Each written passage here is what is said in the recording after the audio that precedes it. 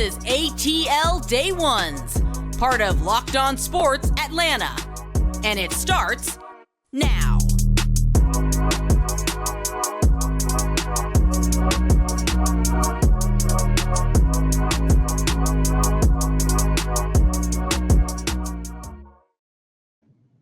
Welcome into ATL Day Ones with Jarvis and Tenitra. Just want to say thank you for making ATL Day Ones your first listen of the day. We really appreciate you for that. And remember, we're free and available wherever you download your podcast. And wherever you download your podcast, make sure you leave us a 5-star review. We really appreciate you for that in advance.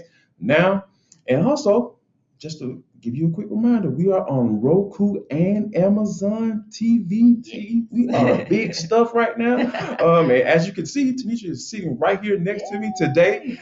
We are on location, undisclosed location right now, so we're going to keep that a secret. But we got a lot of good stuff on board for you today. First off, we're going to talk about the Atlanta Falcons. We talked about the other day about how the Dean Pease has a full play. Like Cincinnati Bengals have a lot of wide receivers that can get the ball, and they got Joe Mixon who can catch the ball out the backfield. Just a lot. Smart P. Ryan. There are a lot of guys that can get a lot of stuff done for the Cincinnati Bengals. Obviously, Joe Burrow throwing in the football, but there are some challenges that the Cincinnati Bengals present defensively. Now, T, what are some of your biggest concerns as far as what Arthur Smith is going to have to deal with as a play caller for this team? Yeah, I think one of the biggest things on, say, the offensive side, if you will, is just making sure that they take advantage of what the defense gives them, as they've been doing in the last several weeks, especially in the win stretch, 3 out of the last 4 games. And one of the things we've seen them do is at the number 1 team in rushing in the NFL. Can you believe we're saying that? Right. Rushing? That's number crazy. 1 rushing team? Crazy. Yes. The Falcons continue to impose their own will, continue to set up things the way they want to, and really, really win the battle in the trenches. And that starts with the O-line, and we've seen them be effective. So if they can take advantage of the fact that DJ Reader is not in for the Bengals, I feel like advantage Falcons. You know what? And also you got a middle linebacker, Logan Wilson, who's hurt. Also Joe Topu, has a calf injury, so he may or may not be able to play as well. So right up the middle of that defense is somewhere where the Falcons may be able to take advantage of. And to add to that, how about this for a stat? The Cincinnati Bengals are giving up 4.8 yards per carry, so almost 5 yards a carry to the team. Like you mentioned, the big dog as far as running the football in the NFL, yes, that is something that the Falcons, I believe, wholeheartedly will be able to take care of. And when you think about just from what happened last week, and Marcus Mariota getting Offensive Player of the Week in the NFC, and having 2 passing touchdowns, threw the ball 14 times, but he was efficient when he did throw the football. So that's all you can ask of a veteran quarterback. Now the question is that he was able to throw the football to Kyle Pitts. Kyle Pitts was able to get his first touchdown on U.S. soil. Yes. Does that mean maybe, possibly that this relationship between Mariota and Kyle Pitts can get something done? They can maybe even make the fantasy football owners happy for Kyle Pitts. Right. Well, somehow, some way, the Falcons have been able to get themselves in scoring position and actually convert, red zone. And we haven't really talked about that a lot. It's kind of like that's gone under the radar this season, how efficient and effective they've actually been in the red zone compared to last season. So the fact that Kyle Pitts actually got in the red zone last week, to me, that means that is a positive for the Falcons. That means that they're trending up. So yeah, I'm expecting that, although it doesn't take many targets, obviously, from last week, it's not like Kyle Pitts had a whole lot of targets, but he did what he needed to do when he had the targets that he did. So I'm hoping that this means that whatever chemistry was lacking there between Mariota and Kyle Pitts, we're actually going to see it really continue to evolve and pay dividends for the Falcons this week. And one thing that I also, to add to that, when you talk about, it's a relationship, right? Because that quarterback, wide receiver / tight end, whatever you want to refer to Kyle Pitts as, all the above. It matters that you all trust each other. Yes, and I think that Marcus Mariota said something that I thought that was really interesting. He said he knows for a fact that Kyle Pitts can win one-on-one matchups, and that's what it's all about in this league, right? And that's what happened on that touchdown pass. They had a lot of little motions and stuff going on the strong side of the field, and then San Francisco said, you know what? Oh, we're going to go ahead one-on-one. We're going to guard Kyle Pitts one-on-one, which a lot of teams aren't really willing to do. Right. But San Francisco, they did it, and then you know what? And they took advantage of it. They paid for it tremendously, and that's what you want them to be able to do. I'm not necessarily all about forcing the football to Kyle Pitts, but when you have those ops to be able to get him the football, and specifically in the red zone, you have to take advantage. And I really think that the Falcons are going to be able to do that because, like you said, Cincinnati's defense dealing with a lot of injury, couple injuries specifically right up the middle. That's going to open up the run game for you, and then that's going to open up the play action. We all know Arthur Smith. If you don't do anything else, that play action is going to get run because they are the top team in the NFL in calling play action, and I think that Marcus Mariota is most comfortable when he's doing that. Now, we got to talk about last night, T. At State Farm Arena, the Hawks get the dub 117-107. And when you talk about just the atmosphere, like we're going to get into the game into our deep dive in our next segment, but just from an atmosphere standpoint, being out there, Dejounte Murray making his debut, what were your initial thoughts? Oh, man, it was rocking. I mean, I think I got there maybe like an hour and a half ahead of time, right? Wasn't enough. I was literally parked at the back of the building an hour and a half. But I said, oh, wow, that really, really bodes well, right? Because the city seems like it had been buzzing about the Hawks for weeks and weeks and weeks now. So to see that stadium, because you know how we like to do, we like to show up fashionably late when it comes to our sporting events. Exactly. We are what we are. We are who we are. That's how we but get down. Last night, people showed up and they were ready. And it was for me, it was just exciting to see that the city seems like they're buying into the fact that, okay, the Hawks acknowledge last year wasn't their best year. They didn't put their best foot forward early nor often.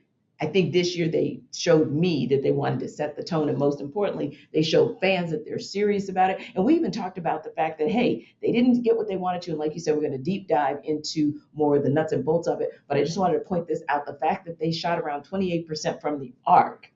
And that the fan base was still all into this game because the fan base was excited. You could hear the comments about the defensive intensity that just continued to ratchet up.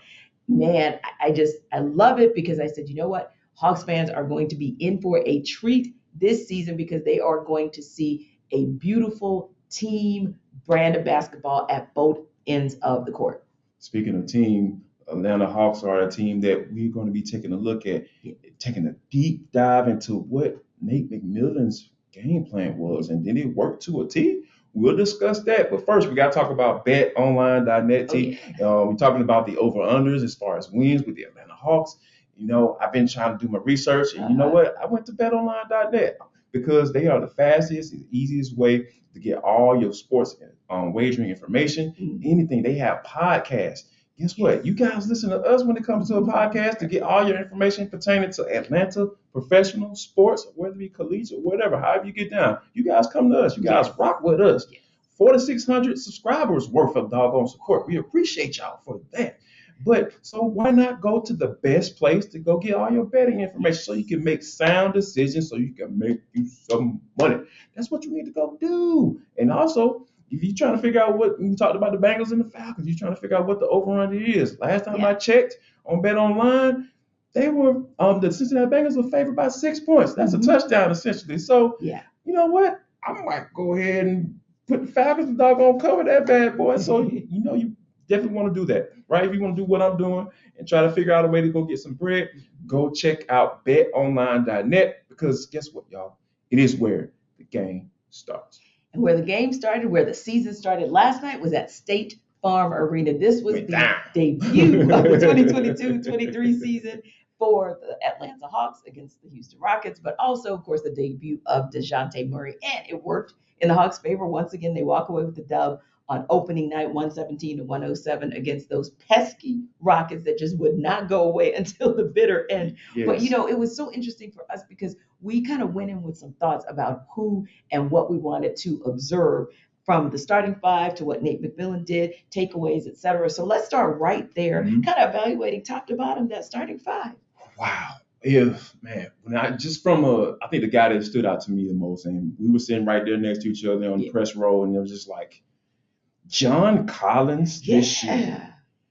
And I'm gonna go ahead and say it. And I've been the guy that, for those you don't know, I've been the guy that talk about John Collins when he needs to be, like, or when sometimes not when he doesn't need to be, like ad nauseum. Sometimes I'll be that guy to kind of call out John Collins, but John Collins is gonna benefit so much this year to the point where I feel like this dude may go on a run to be an all-star this year. And because just given the fact of just what's gonna happen when Trae Young gets stuff going, and because he didn't shoot that well last night, but just from an assist standpoint and being able to get his teammates involved, and Dejounte Murray, he had 11 assists. So those guys they had 30 as a team and only 9 total turnovers. So that's something that just really just stood out to me. I think John Collins is going to be he's going to more than likely probably get into that all-star conversation this year, just because he's going to benefit from so much attention being paid to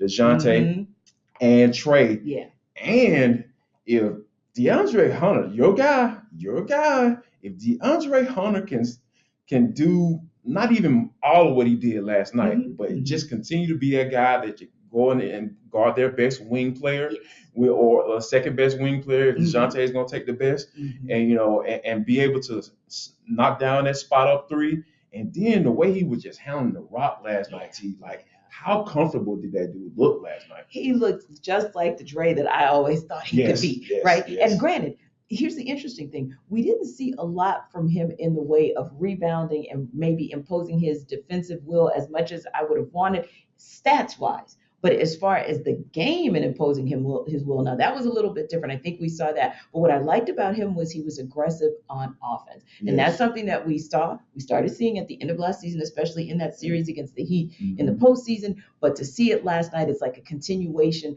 But yet it felt like there was more confidence. It felt like there was more crispness. And one of the things that Nate McMillan said, and just evaluating and looking at his game plan, was the fact that he wanted to see that. Like, if I give you that opportunity, I want to see you take advantage of it. The thing that he liked about the 30 assists is the fact that, like you said, the combination of the assists primarily came from Dejounte and from Trae, but for you to get to 30 and for them to have about a combined 23 means somebody else was out there making sure that they got they got into it. So I really loved what I saw about Dre's game. And even with Clint Capella, it's interesting because Clint was quiet for the most part last night, and so we'll probably have to go a little bit outside of the starting five to talk about where we really saw some impact at the five, if you will. But I want to go back to Trae Young as well, because we saw last night the inner workings and the beginnings of Trae starting to work off ball. And it was really nice to see. It was our first opportunity literally to start the game. Exactly. Started the game that way. So don't get it twisted about the numbers being quiet and how he got,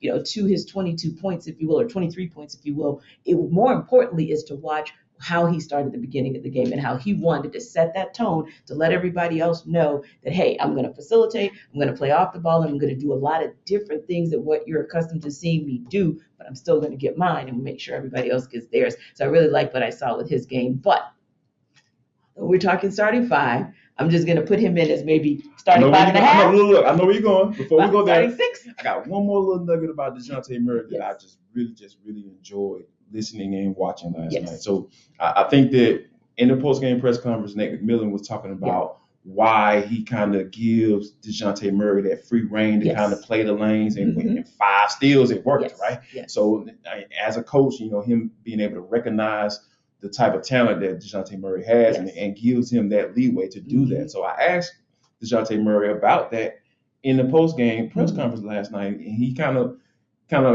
smirked a little bit, and he was just like, to be honest with you, he said it comes from when he used to be playing ball with his uncle. So obviously the uncles are older than them. So you being the little dude, so you got to be able to figure out a way to get the ball. Right. So that's how you do that. You got to play the lanes. You got to be aggressive. You got to be able to get up on them and be willing to play defense, because they ain't going to pass you the rock off GP because you're a little youngster. You're trying to figure out your way. And I think that just kind of speaks to who Dejounte Murray is. That's what I feel like this dude is going to be so special and so key to the Atlanta Hawks this year, making a run at that Eastern Conference Finals. Yeah, tremendous court vision, and his ability to kind of telepath what the player is going to do on the other team, and kind of then not just telepath that, but you almost feel like he's a step or two ahead in seeing, okay, I'm going to telepath what my opponent does, but in the meantime, I'm also going to be looking to see where my four guys are going to be. So that also speaks to a trust factor that is developing early with them, because they're trusting that his court vision is going to get him where he needs to be. So you be prepared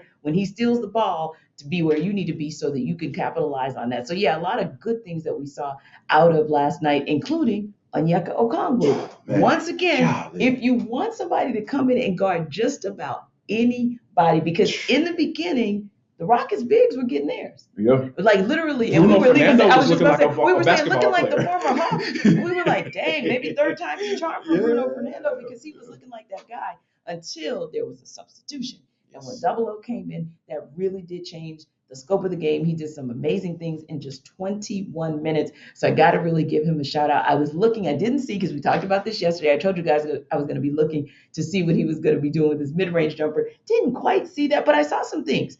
A baby hook that I can't tell you I necessarily saw last year. So watching him get a little bit more comfortable playing away from the basket, I think is also something that is going to bode well for the Hawks. And one more thing about the bench mob. We're just starting to see what the Holiday brothers can do. We can't really evaluate. That's probably the one area where I wouldn't say I have a concern, Jarvis, kind of jumping a little bit ahead there, but it was maybe more if I have an incomplete, because you really cannot evaluate what the bench mob 2.0 is without having Bogdanovich there. Right, yeah, no doubt about it. And that's where I think that you're going to get some of that three-point shooting, who a lot of people, and it's warranted, because the Hawks were shooting 17% at halftime from three. And got to 28% at the end. Yay, so Hawks, they but figured it out. Them. But that's not them. And I think that as we go along, it's funny that it may be them. Yes. They may be them, because I think that this team is constructed in a different way. And I even asked Nate about that, because he had a comment that I thought was very interesting. He said, a lot of teams in today's analytical say, hey, you're supposed to shoot the three ball, and just from a percentage standpoint, and all that stuff, right? But he kind of broke it down to the point where he was just like, well, we'll take the two. Sure. You know what I mean? And like when you think about that, it just makes you think like, okay, not being so firm and not being so rigid on what you want to do, but being able to adjust, because the Hawks got rebounded last night. And, when you think about what the Houston Rockets were able to do, throughout the game and stay within the game, those are some of the reasons why. So I think that when, Nate is in a space where he's saying, okay, we know what the norm is, but our team is constructed in a manner where we'll be able to make the necessary adjustments to win the game, however we win the game. Yeah, and I'm okay with that, because one of the things I liked about his game plan was he'd already kind of peeped what the Rockets were going to do in terms of going away from their bigs and going small ball, almost with a four-guard set, for lack of a better term. Indeed. And I thought that the Hawks, particularly Nate McMillan's game plan on how to manage through that, when to bring in the Holiday brothers and when to have Dejounte Murray out there, and being comfortable with him at the one, and having everybody from the bench mob kind of come in and kind of slow that down. I thought that was good. And I do think that the rebounding will come. The rebounding will come, especially. And I think that's an opportunity that the Hawks had last year, where I think we'll see it eventually this year, which is when their offensive rebounds, then their opportunities to kick that ball out and maybe get that three ball. Comes in time, but I really do like what patience. Patience. You've got to be patient, guys. It's just game one. We're excited about it, but it is just game one now. Speaking of game ones and game twos and game threes, I think Built Bar might be the number one game in town when it comes to chocolate bars that are healthy, but particularly puffs. They're back at it again with the cookie dough puffs. Man, oh man. Now, Jarvis can tell you, and you guys can see we're kind of doing our thing, right? We're kind of keeping it tight and right and everything. Got my black on, looking real Yes, exactly. And I got a little black on myself with a little purple mixed in. But that is how we keep ourselves slim and trim. Things like taking a Built Bar. So you might say to yourself, well, how in the world does a bar that has 100% chocolate benefit me health-wise? Well, the good thing is you're only going to have 160 grams of fat. That alone is a good look, right? So that's part one of that. But then we talk about protein. 15 grams of protein that you're going to get out of one chocolate puff. I don't know, cookie dough puff. I think that's a very, very good look. So go to built.com. That's where you're going to be able to place your first order. And when you place that order, you're going to be able to use a code that is going to get you a percentage off. What are we talking, like 15% discount? 15%. That's pretty cool. Locked on 15. That's easy enough. You know we're Locked On Sports. So that's Locked On 15. All you have to do is go to built.com. You're going to get more information, right? And more nutritional information. So don't just take it from us. Read up on it when you go to that website, and then go ahead and place your order. Get your 15%, and then you can get fine, just like us, with your Built bars at built.com. Yeah, you always got to think about how fine you are when you're doing all these things, because that absolutely matters. It matters in life. Especially if you're going to pull up on a Hugs game, like, you got to be fashion conscious when you go there. That's a fashion show within itself. So, there's no doubt about what's going on down at State Farm Arena when the Hawks are in the building. Now, Batiste, this is for the culture. It is the intersection between sports, entertainment, culture. Sometimes, we want to talk about, that's how we get down on this show. Yes. Today is no different. When you think about some of the things that, we talk about, movies and how they go through the sequels and the trilogies. And, that's always been a discussion about whether or not that even makes sense or should you do it or not. I think that this movie, Creed 3, dropped the trailer. Not only did they drop a trailer, but guess who's directing it? Michael B. Jordan himself. He's directing the movie that he's starring in. I always admire people who are able to kind of put on different hats and all that stuff. So I think that, and last time I checked, that bad boy was at 8 million views. So it seems like people are pretty excited about it. As they should be, because that trailer is fire. Yes, it is fire. And it's one of those things where you can already see in the trailer, whether you look at the Creed 1, 2, and 3, and then just that whole Rocky franchise, right? Mm-hmm. They're always really great about taking a nugget from one of their movies and then building that in and weaving that into an entire blown movie. Yeah, so to say that they're going to go back one more step, because they've kind of shown us in every Creed movie exactly where Creed came from, kind of his backstory. So this is part of his backstory, because now he's married, his daughter's a little bit older, and we're starting to see some things, maybe some of his demons, good, bad, or indifferent, that are coming back to kind of haunt him now, and how he's going to manage through it. And look, you think about Ryan Coogler, the amazing Ryan Coogler, having directed the first two, and now Michael B. Jordan is stepping into that. I'm going to go out on a limb and say this guy is a bad man. He's following the Denzel Washington track. Acting, producing, directing, and writing.